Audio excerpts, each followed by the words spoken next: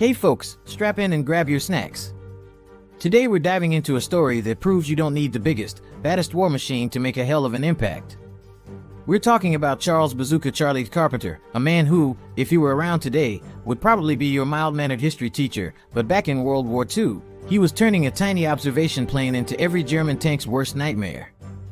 Now, imagine this. You're the US government, you've got this mild-mannered history teacher, and you hand him a Piper L4 Grasshopper spotter plane.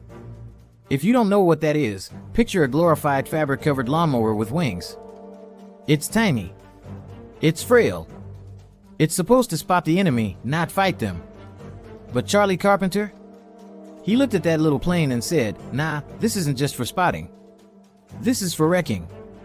So, what does a history teacher with a wild streak do when given a glorified paper airplane?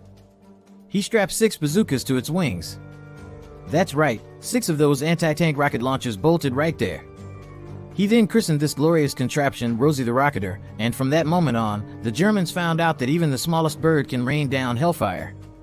Fast forward to 1944, the Battle of Aricourt.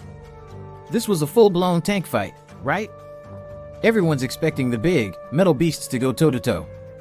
But then, out of nowhere, Bazooka Charlie shows up in his little Rosie, swooping low over enemy tanks. He wasn't just spotting, he was blasting them at point-blank range. He stunned both sides. I mean, could you imagine being a German tank crew, hearing the buzzing of a little fabric plane, and then suddenly getting a bazooka right to the face? It's like watching a fly take down a rhino. Carpenter's audacity meant he destroyed or disabled at least 6 German tanks and several armored vehicles. That's not just a good day at the office, that's an entire career for most guys.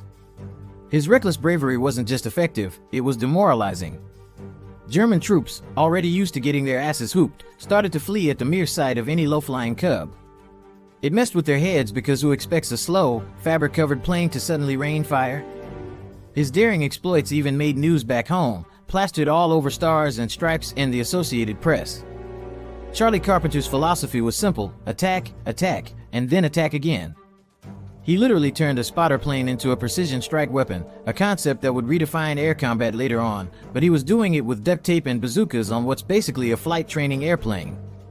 By the end of the war, Charlie Carpenter was a decorated hero and even became the personal pilot to a division general. He proved that with enough guts and a serious disregard for conventional military doctrine, you can turn even the smallest plane into a tank's worst nightmare. And that, ladies and gentlemen, is the story of Bazooka Charlie Carpenter. The kind of man who makes you rethink what's possible when you're just crazy enough to try. End of transmission.